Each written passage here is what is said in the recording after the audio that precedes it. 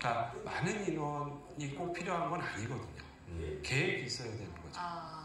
통제를 했고 대로변 앞에 그렇죠. 통제가 됐었더라면 사람들이 오지는 않았을 테니까.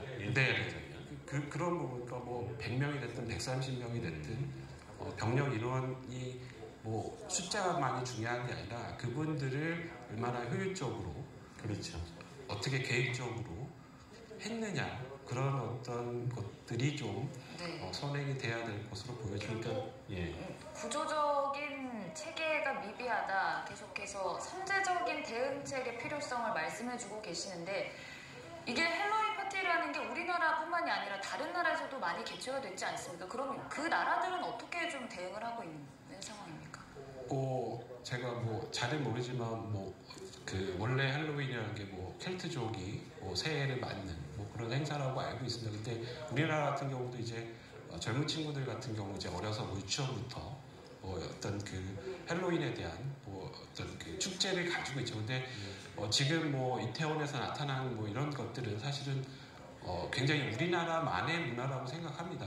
외국 같은 경우는 그 아주 이렇게 극단적으로 어떤 클럽을 간다든가 이런 것들의 문화는 아니지 않느냐. 일부 전부가 다 같이 즐기는 가족적 문화에 좀 가깝지 특정 세대나 계층이 집중되는 것보다는 좀 그런 면에서 우리가 좀 더 특이하다 볼 수 있다는 말씀이신가요? 네, 그렇습니다. 좋은 말로 이제 한국화된 할로윈이다라고 보여지는데요. 그런 것들이 실제로 MZ 세대나 그런 문화와 결합을 하면서 이런 형태로 나타나는 것 같고요. 어쨌든 현실에 존재하고 있는 것이기 때문에 이런 부분에 대한 어떤 적절한 대응이라든가 계획은 반드시 필요해 보입니다. 그러니까 대규모의 인원이 모였을 때 꼭 헬로윈이 아니더라도 좀 이런 행사가 주최됐을 때 우리가 말씀하신 것처럼 컨트롤할 수 있는 방안, 컨트롤 타워를 설립을 하고 체계적인 대비책을 만들어 나가자라는 말씀이신데 조금 더 구체적으로 어떤 방안이 있을까요? 지금 이번 사태로 보면 지금 이제 문제로 지적됐던 부분들 인원이 어느 정도 모일 것이냐. 근데 이제 많은 사례를 들 때 어느 행사에는 몇십만이 왔는데 괜찮았다 이런 말씀들을 하는데요. 그러니까 이게 우리가 과거에 집중호우 때나 마찬가지입니다. 하루 종일 100mm 오는 거랑 1시간에 100mm 오는 건 다르거든요. 그러니까 지금 모든 사람들이 어떤 특정 시간대에 몰려서 10만 명이 되는 거하고 하루 종일 10만 명이 오는 거랑 다른 문제거든요. 그러니까 이런 것들을 좀 더 정확하게 추론을 하고 이 사람들이 이런 밀집도라든가 밀집이 발달이 됐을 때는 빨리 어떤 배치된 병력을 통해서 빨리 소개시키고 그러니까 중요한 거는 어쨌든 이런 밀집되는 것을 어떻게 하면 잘 차단을 할 것인지 여기에 방점을 둬야 된다는 거죠. 이게 코로나 상황의 전파라든가 치안 유지라든가 이런 다른 어떤 부가적인 역할이 아니라 사실은 축제를 즐기는 젊은이들이 순방향으로 잘 축제를 즐길 수 있도록 이런 것들이 좀 개인적으로 가이드가 되는 것이 중요하다 이렇게 지금 보여집니다. 가정이 될 수 있겠지만 교수님께서 보실 때 어제 저도 예전에 어릴 때 이제 유명했던 외국 그룹이 왔을 때 콘서트 현장에서 압사 사고로 운명을 달리했던 그 기사를 접한 적이 있었는데 거기 훨씬 더 많은 관객들이 있었고 근데 물론 어제도 많은 사람들이 있었지만 결과적으로 그게 좁았던 지역적 특성 이런 게 아니었다면 이렇게 큰 참사로 이어지지 않을 거라 예상을 하신 것 같고 그렇다면 지금 정부 차원에서는 애도 기간이기도 하고 앞으로도 더 조심을 하겠지만 지역적으로 또 모든 걸 다 통제한다는 게 쉽지 않은 상황에서 또 계획된 행사도 있을 것이고요. 어떤 부분을 그러니까 지금처럼 행여라도 사람이 몰렸을 때 이게 좀 유동적으로 좀 플렉서블하게 좀 뭔가 이렇게 해결될 수 있는 그런 구조적 특성이 안 된다면 그런 거 미리 차단을 한다든가 중요한 부분이 있을 것 같습니다. 어떤 부분을 좀 신경 써야 될까요? 네, 어쨌든 저는 그런 생각을 합니다.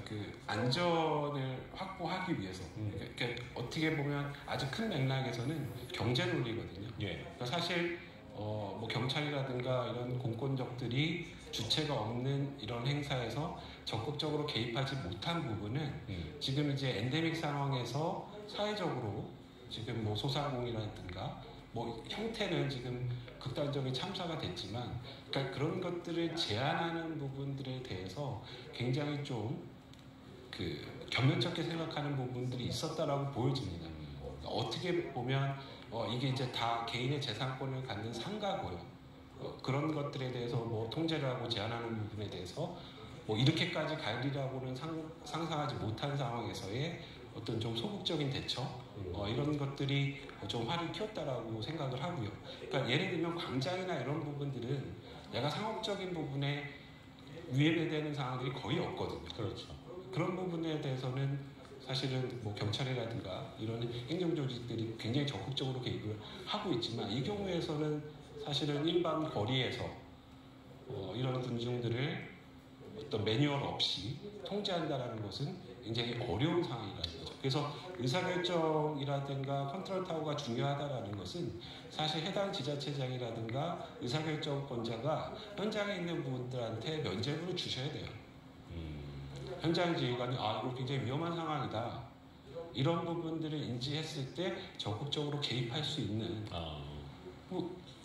그런 어떤 권한과 책임을 유연하게 대처할 수 있는 상황에 맞춰서 그 말씀이신 거죠. 국적 차원의 개선 방안을 좀 자세하게 짚어주셨고, 또 이 사고 당시에 직접적인 피해를 입은 사람들 이외에도 현장의 모습을 직접 목격한 분들이나 또 온라인으로 전해지는 영상물을 시청하신 분들 입장에서는 또 트라우마가 계속 남을 수 있습니다.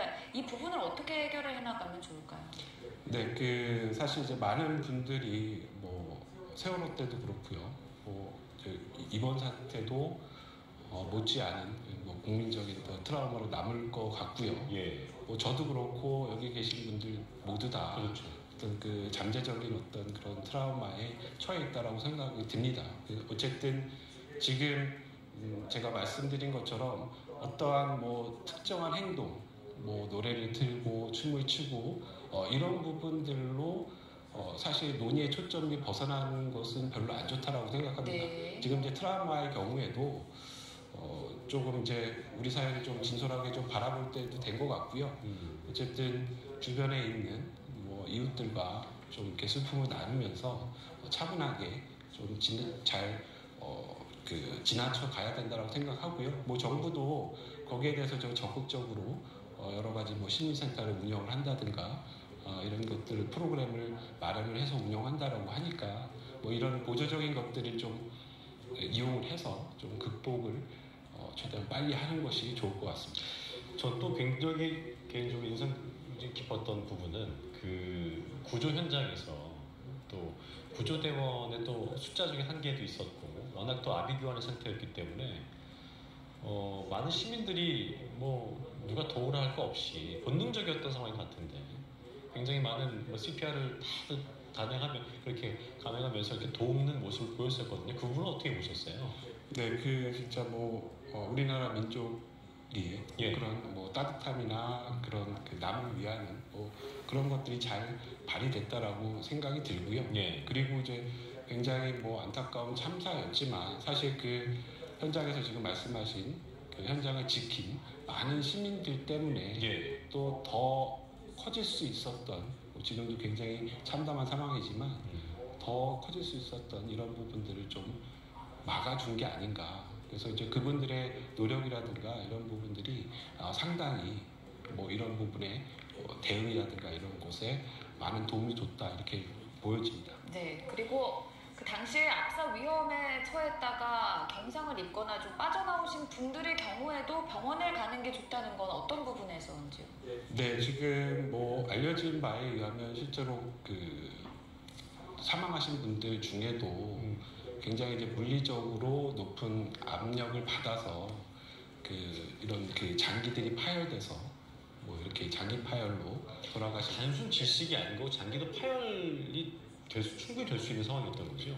그렇죠. 굉장히 높은 뭐 예컨대 뭐 10명 정도의 적층만 되더라도 그 정도의 하중이라도 뭐 크게는 막 500kg 가까운 그런 압력을 받고 있는 상황이니까요. 이게 이제 그 문제가 이제 굉장히 집중화증을 받을 수 있는 조건들이 굉장히 많아지니까 네. 당연히 그 내부 장기 파열이 동반될 수 있고요. 지금 뭐 알려진 바에 의하면 사인이 그렇게 내부 장기 파열로 돌아가신 분들도 적지 않은 숫자라고 알려지고 있는 거 보면 지금 뭐 좀 경미한 부상 환자라고 하더라도 만약에 본인이 어떤 좀 압사에 대한 물리적인 그런 압박을 받으신 분들은 한번 병원을 좀 찾아서 그런 어떤 그 내부 장기에 대한 부분도 한번 체크를 받아주시는 것도 좋겠습니다.